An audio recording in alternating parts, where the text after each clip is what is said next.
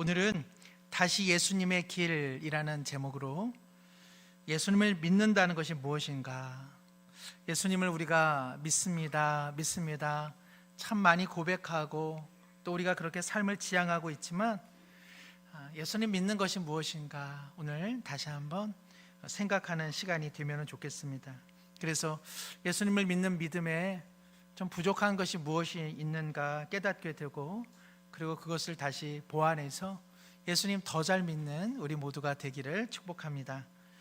먼저 예수님을 믿는다라고 할 때 그 첫 번째 내용은요, 마음과 입술의 고백으로 예수님을 나의 하나님으로, 그리고 예수님의 십자가에서의 죽으심이 나를 구원하시기 위한 하나님의 은혜의 방법이었음을 믿는 것이죠.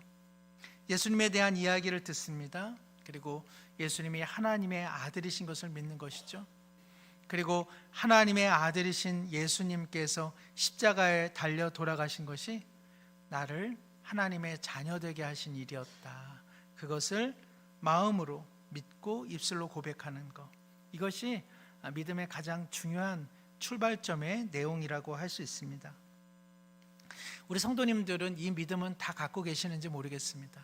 혹여나 아직은 나는 예수님이 하나님의 아들로 고백되지 않고, 그리고 예수 그리스도의 십자가에서의 죽으심이 과연 나와 무슨 상관이 있는가, 혹여나 그런 분들이 계시다면 제게 조금 말씀해 주시면 함께 구원을 얻는 믿음에 대해서 나누면 좋을 것 같습니다. 두 번째는요, 예수님을 믿는다는 것은요, 예수님을 신뢰하는 일이죠. 천국에 대한, 영원한 생명에 대한 소망만이 있는 것이 아니라 우리의 지금의 삶에 손 내미시는 주님의 손에 우리 인생을 맡기는 것이죠. 고단한 인생, 예수님 따르다가도 여러 가지 어려운 일들 얼마나 많습니까? 그럴 때 물러서지 않고 주님 참 힘듭니다, 그래서 그 힘듦의 문제뿐만 아니라 우리 인생을 하나님 앞에 맡기는 것, 신뢰하는 것, 이것이 예수님을 믿는 믿음의 두 번째 내용이라고 할 수 있습니다. 끝으로 예수님을 믿는다는 것은 예수님을 따라가는 삶이죠. 예수님이 가시는 그 길을 우리도 함께 동행하며 걸어가는 것, 그것이 바로 예수님을 믿는다라고 하는 뜻일 것입니다. 어떤 면에서 우리 모두가 나 예수님 믿으니까 예수님 따라가야지, 우리가 가장 많이 고백하지만 제일 안 되는 게 이거 아닌가 싶습니다. 예수님은 나의 구원자이십니다, 나 예수님의 십자가를 믿어요, 나 내 인생 어려울 때마다 예수님에게 인생의 어려운 문제들을 맡기려고 부단히 애를 써요. 우리에게 그런 믿음은 있습니다마는 예수님을 얼만큼 따라가고 계시는지요? 예수님을 따르는 삶으로서 우리의 믿음에 대해서는 자신할 수 있으신지요? 마가가 기록한 마가복음 1장에는 제가 말씀드린 이 믿음의 세 가지 차원이 잘 기록되어 있습니다. 마가복음 1장 14절과 15절입니다. 요한이 잡힌 후 예수께서 갈릴리에 오셔서 하나님의 복음을 전파하여 이르시되 때가 찼고 하나님의 나라가 가까이 왔으니 뭐라고 되어 있습니까? 회개하고 복음을 믿으라. 여기 회개한다라고 하는 것은 예수님의 십자가, 그 구원의 은총을 이제 붙잡고 나가라, 복음을 믿으라, 복음의 그 주체가 되시는 바로 예수님을 신뢰하라 라는 뜻이죠. 거기서 멈추지 않습니다. 곧이어서 17절에 예수님께서 이렇게 말씀하십니다.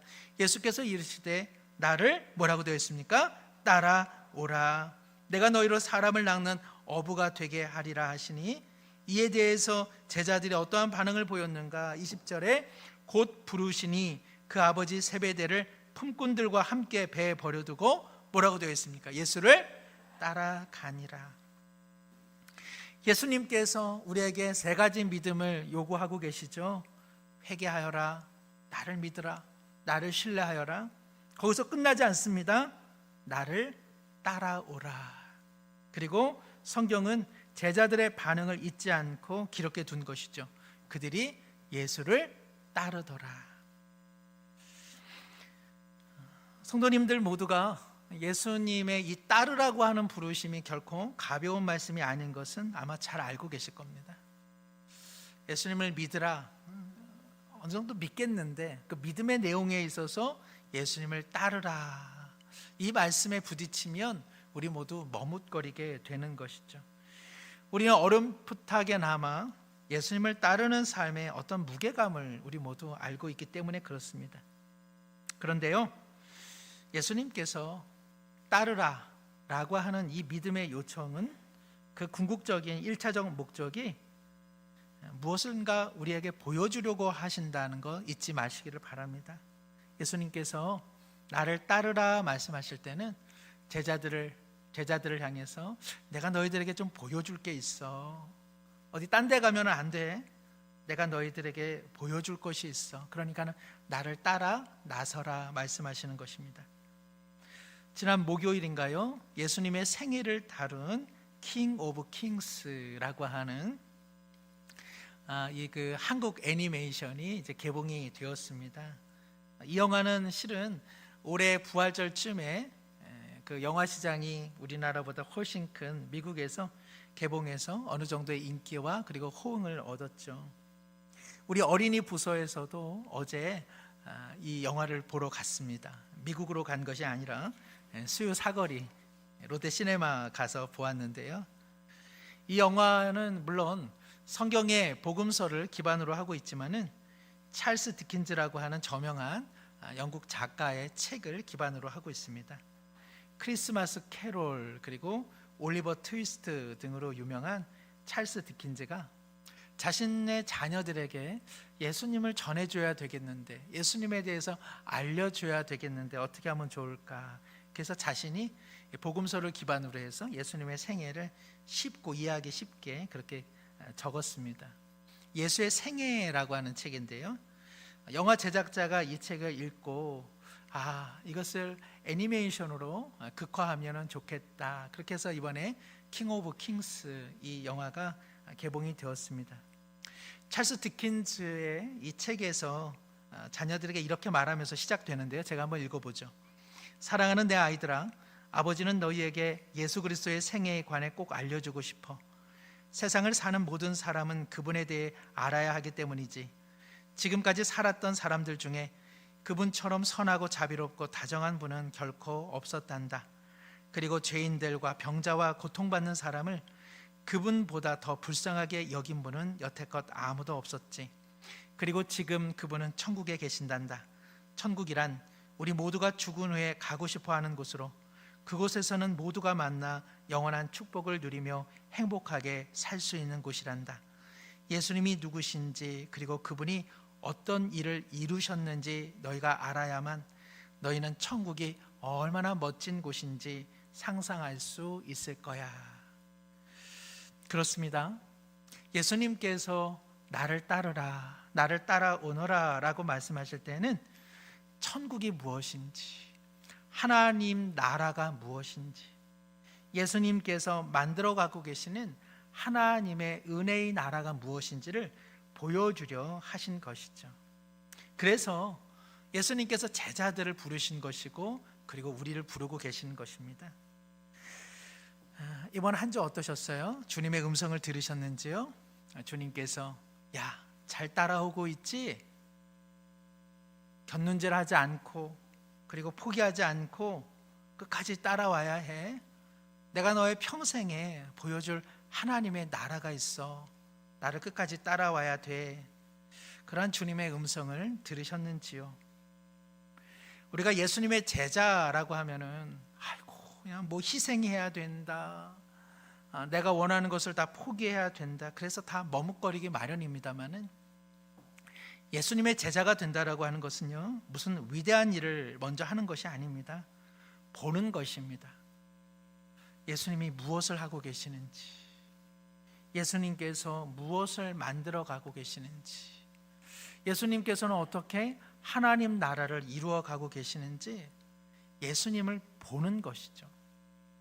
저는 때때로 우리가 다 멈추고 예수님을 보면은 얼마나 좋을까, 그런 생각을 종종 합니다. 제자들이 예수님을 보았습니다. 예수님은 만나는 이들의 고통과 아픔을 자기 것으로 품어내시는 분, 그들의 죄와 그들이 야기한 죄의 결과마저도 마치 자신의 것인 양 품어내시고 안으시는 주님, 그들의 아픔을 마치 자신의 아픔인 듯 다 그것을 끌어 안으시는 주님, 그것을 제자들이 본 것이죠.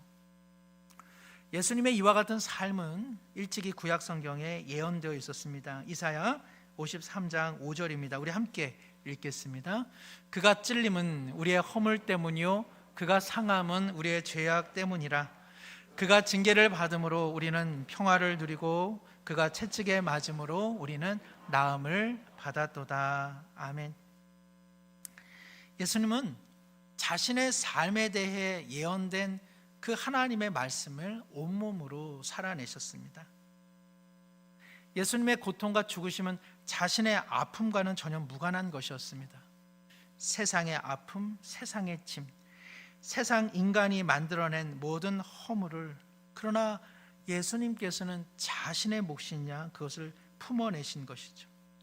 사람들이 엎질러 버린 그 죄악의 물을 우리 주님께서는 한사코 자신의 것인 듯 짊어지셨다는 말씀입니다.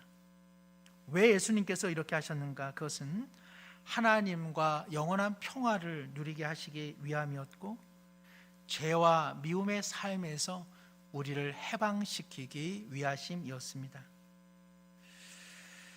제자들은 예수님을 따라가면서 처음 보는 낯선 광경을 본 것이죠. 이전에는 한 번도 경험하지 못한 새로운 하나님의 세상을 본 것이었습니다. 그도 그럴 것이, 예수님 당시 유대 사회는 정치적으로, 종교적으로, 사회적으로 억압되어 있었고 분열되어 있었고, 어느 곳에서도 치유와 회복의 돌봄의 일들이 이루어지지 않았습니다. 당시의 고통스러운 사회적 분위기를 단적으로 나타내는 것이 복음서에 자주 등장하는 귀신 이야기입니다. 왜 복음서에는 그렇게 귀신 들린 사람들이 많았을까요? 왜 그렇게 아프고 마음에 멍든 사람들이 많았을까요? 당시 이스라엘 유대 사회에 영향력을 끼친 인물은 헤롯 왕가 사람들이었습니다. 이들은 이스라엘을 통치하면서 로마의 신임을 받아 그들의 영원한 권력이 유지되기를 원했던 것이죠. 그래서 이스라엘 사람들의 세금, 생산물, 그리고 그들의 노동력을 수탈해서 로마 제국에 끊임없이 바쳤습니다. 이에 대해서 반기를 드는 사람들이 있었다면 어김없이 폭력으로 다스렸던 것이죠. 그러니까 일반의 많은 사람들은 땀 흘려 일해도 먹을 것이 없었고, 신체와 정신은 황폐하고 피폐해졌습니다. 그리고 억눌린 삶의 그늘 속에는 분노와 그리고 화가 존재하게 됐던 것이죠. 실제로 예수님의 소년 시절 나사렛에서 얼마 떨어지지 않은 세포리스라고 하는 지역에서는 갈릴리의 유다라고 하는 사람이 열심당원을 이끌어서 이 헤롯과 그리고 로마의 반기를 들었는데, 그 대가가 처절했습니다. 하루아침에 그 봉기에 합세한 2,000명의 사람들을 십자가로 다 처형해 버리는 그러한 비참한 일들이 일어났죠. 더욱이 가장 안타까운 것은 이렇게 폭력적이고 억압적인 사회 분위기 속에 유대 종교라고 하는 것은 돌봄과 안식을 전혀 제공하지 않았다는 것입니다. 오히려 유대 종교가 앞장서서 분열과 갈등을 조장했던 것이죠. 하나님의 자비와 긍휼의 마음은 실종된 지 오래되었습니다. 오직 율법주의, 형식주의에 온통 빠져서 그들이 세워둔 전통에 어긋난 모든 것들은 다 죄요, 죄인이라 취급하였고, 종교적으로 돌봐야 되는 어떠한 책무도 그들은 이행하지 않았습니다. 우리는 너희들과 달라라고 하는 배척의 선을 긋고 편을 나누어서 궁극적으로 종교가 지향해야 될 통합의 책무를 완전히 소실해 버렸던 것이죠. 땀 흘려 일한 자리에 그저 수탈의 흔적만 남겨져 있고, 그러한 고달픈 인생에 대해 누구도 그들의 목소리를 들어주지 않았습니다. 하루아침에 내 가족, 내 이웃, 내 형제를 국가폭력에 의해 희생당할 때 종교마저도 위로가 되지 못했던 것이죠. 도리어 그런 말을 하는 사람들을 죄인이라 배척하였을 때 그들의 마음에는 시퍼런 멍이 들기 시작했고, 그리고 못 먹은 그들의 신체는 허약하게 된 것이죠. 성도 여러분, 왜 사람이 귀신이 들립니까? 사람으로 존중받지 못할 때, 먹을 건 먹지 못해서 영양적으로 현저히 떨어질 때, 그리고 그 고통스러운 마음을 누구도 헤아려 주지 않을 때, 그때 사람은 다 귀신 들리는 것 아니겠습니까? 우리 모두도 다 그러한 존재 아닙니까? 하나님의 사람으로 지음받았을 때, 하나님의 형상으로 지음받았을 때 인간으로 존중받지 못하면 정신줄 놓치게 되는 것이죠. 아니요, 차라리 정신을 놓치는 것이 인생을 살 수 있죠. 맨정신으로는 살지 못하는 것입니다. 왜 복음서에 그리고 예수님께서 허다히 귀신 들린 사람을 만났는가? 그것은 바로 그 시대를 알려주고 있는 것입니다. 그 슬픈 삶의 현실 속에 예수님은 거니셨고, 그리고 그 시대의 아픔과 죄의 결과를 예수님은 자신의 것인 양 온몸으로 짊어지신 것이죠. 제자들이 이것을 본 겁니다. 예수님 안에서, 그리고 예수님이 만들어가는 하나님의 나라는 우리가 지향하고 있는 나라와는 전혀 다르다는 것을 본 것이죠. 당시 유대 종교 사회가 철저히 배척하던 죄인, 창기, 세리까지도 복음서에서 어떻습니까? 예수님은 끊임없이 자신의 자녀로 맞아주셨습니다. 하나님 나라의 거룩을 운운하는 이들에게 우리 예수님께서는 뭐라고 말씀하셨습니까? 허다한 제물과 제사가 하나님이 원하시는 것이 아니라 긍휼과 자비야말로 하나님이 원하시는 제사라 말씀하셨습니다. 저 사람은 아니야 라고 이야기할 때 우리 주님은 그 사람의 약함을 자신의 것으로 품어 안으셨습니다. 바리새인들이 저희들은 저런 인간들과는 다른 삶을 살게 하셔서 너무 감사합니다 라고 고백할 때 우리 예수님은 그들이 정죄하는 죄인들과 함께 어깨동무를 하시면서 자신을 그들과 동일시 하셨습니다. 모두가 높음을 지향하는 세상 속에서 예수님은 낮은 자가, 마음이 가난한 자야말로 하나님의 자녀다, 하나님의 나라가 그들의 것이라 말씀하셨죠. 완전히 다른 것이죠. 완전히 다른 것이죠. 왜 예수님께서 그 길에 그들을 따라오라 하셨는지, 그들이 새로운 믿음의 눈이 띄어지기를 원하셨던 것입니다. 더 웨이라고 하는 영화가 있습니다. 프랑스 국경에서 출발해서 스페인 북부를 걷는 산티아고라는 순례길, 그 여정을 걸어가는 영화인데요. 이 영화의 주인공은 안과 의사인 탐입니다. 그는 절망적인 소식을 듣습니다. 산티아고 순례길에 들어선 자신의 사랑하는 아들 다니엘이 갑작스런 폭풍으로 인해서 사망하게 되었다는 급보를 듣게 되죠.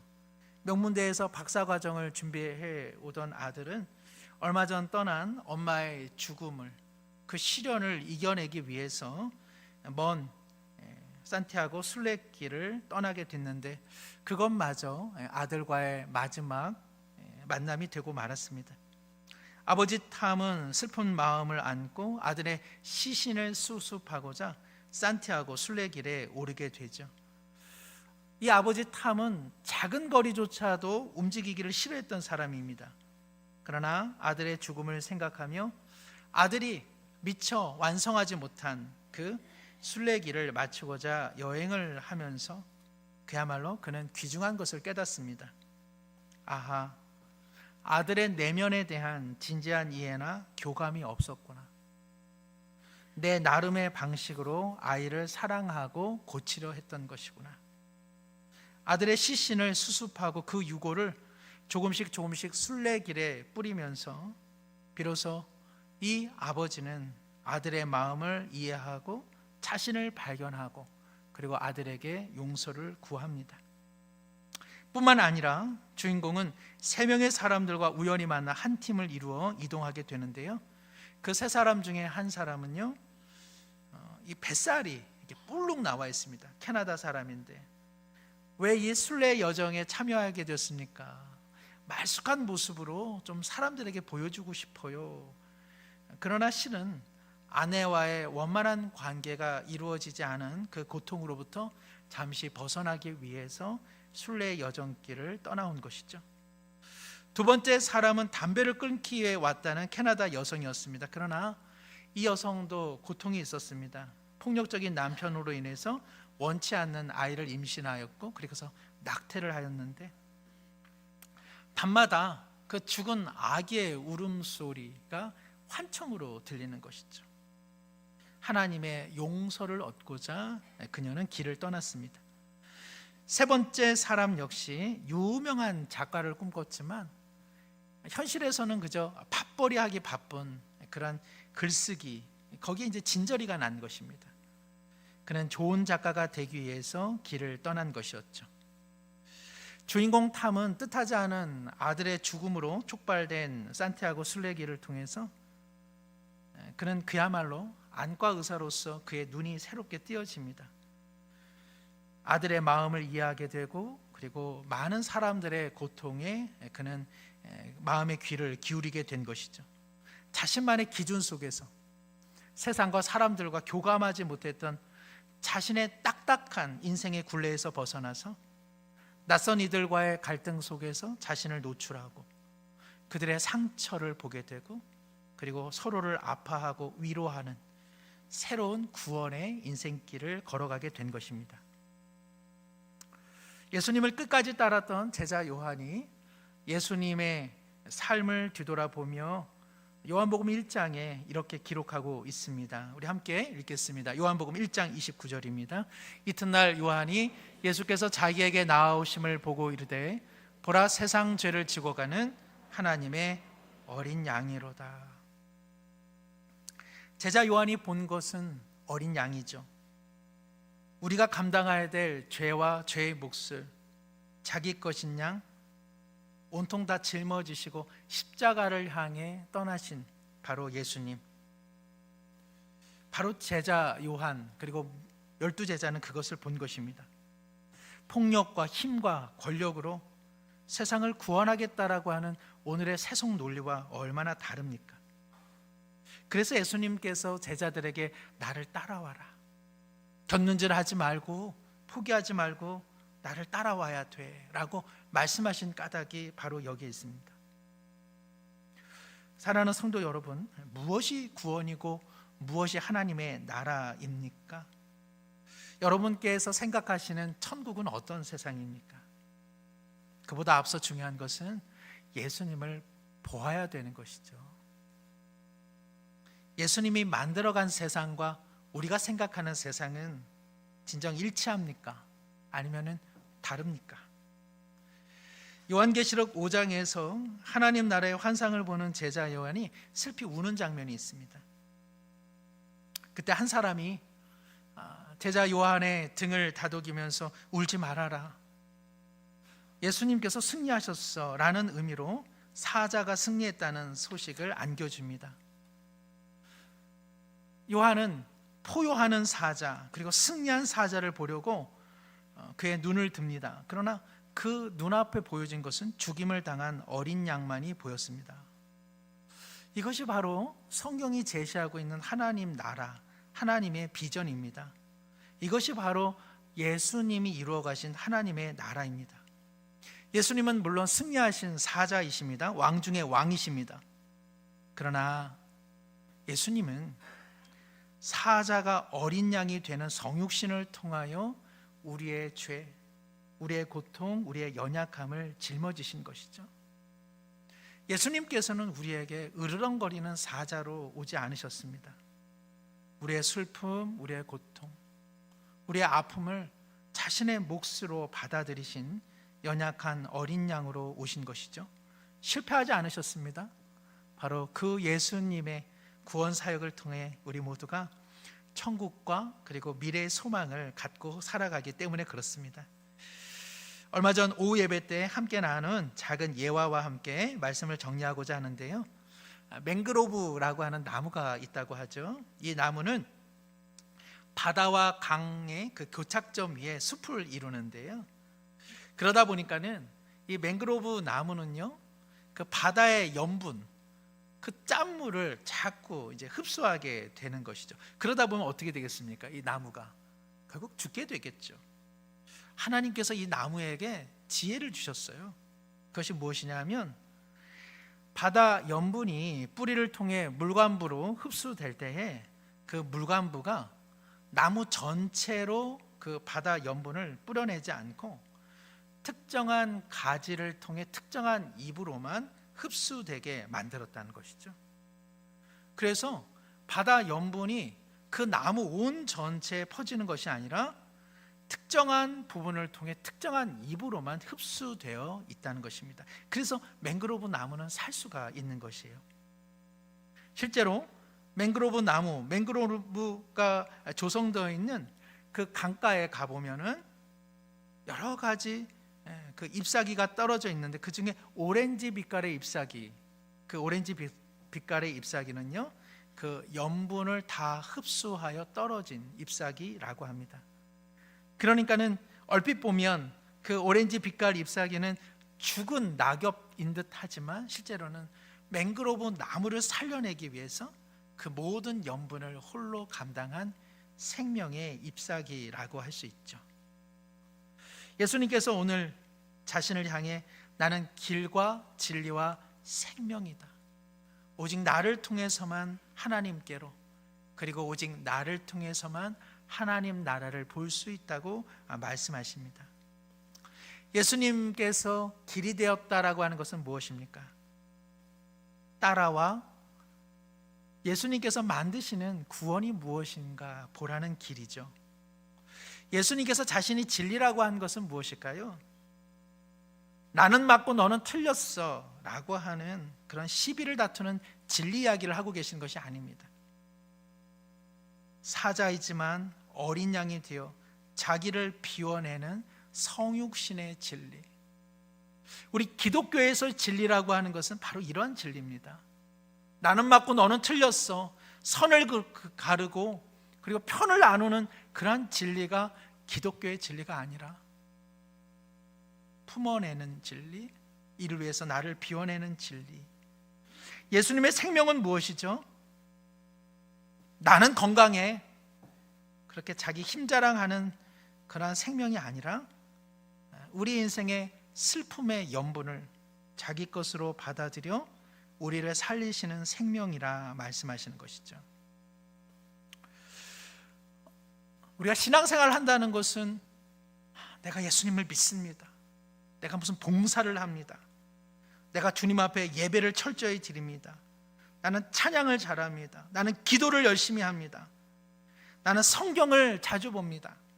소중한 일입니다마는 왜 그것을 하느냐 하는 것이죠. 왜 그것을 하느냐 하는 것이죠.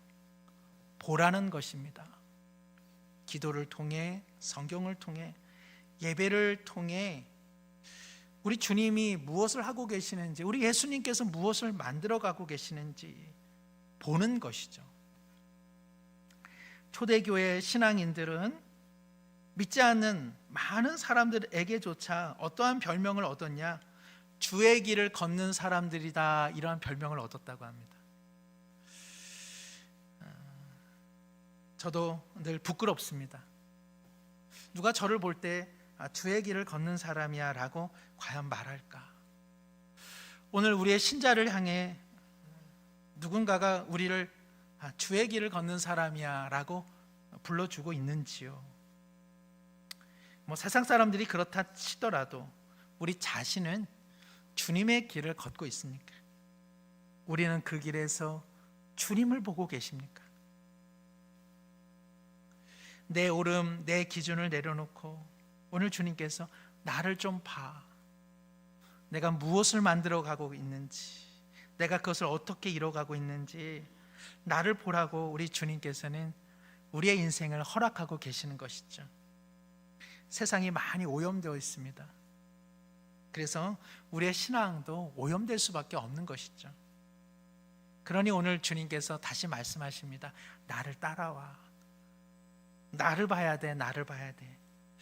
이번 시작되는 한 주도 우리의 삶을 생명으로, 구원으로, 진리로 인도하시는 그 주님 바라보는 인생 되기를 원합니다. 함께 기도하겠습니다. 하나님, 가슴 아프지만 오늘 우리 시대는 예수님 계시던 유대 이스라엘 사회와 너무나 비슷한 것 같습니다. 어쩌면 세상은 이처럼 변하지 않는 것일까요? 믿는 신자들마저 세상적인 힘과 폭력과 아우성에 마음이 멍들고 때로는 오염되어 있는 것 같습니다. 주위에 사자처럼 으르렁거리는 이들은 많이 있지만 다른 이들의 잘못, 다른 이들의 연약함을 내 책임인 듯 소리 없이 품어내는 어린 양의 길을 가는 이들은 참으로 적은 것 같습니다. 아버지, 우리를 긍휼히 여겨주시고 우리의 오염된 마음을 돌이키게 하여 주옵소서. 자기 기준, 자기 생각에 함몰되어 믿음의 길 완성된 듯 가야 할 순례의 길에 이탈한 우리를 용서하여 주옵소서. 다른 이를 품어내는 구원의 길, 나를 비워내는 성육신 진리의 길, 어린 양의 생명의 길을 우리 주님 따라가며 우리도 함께 걸어가게 하여 주옵소서. 예수님의 이름으로 기도드립니다. 아멘.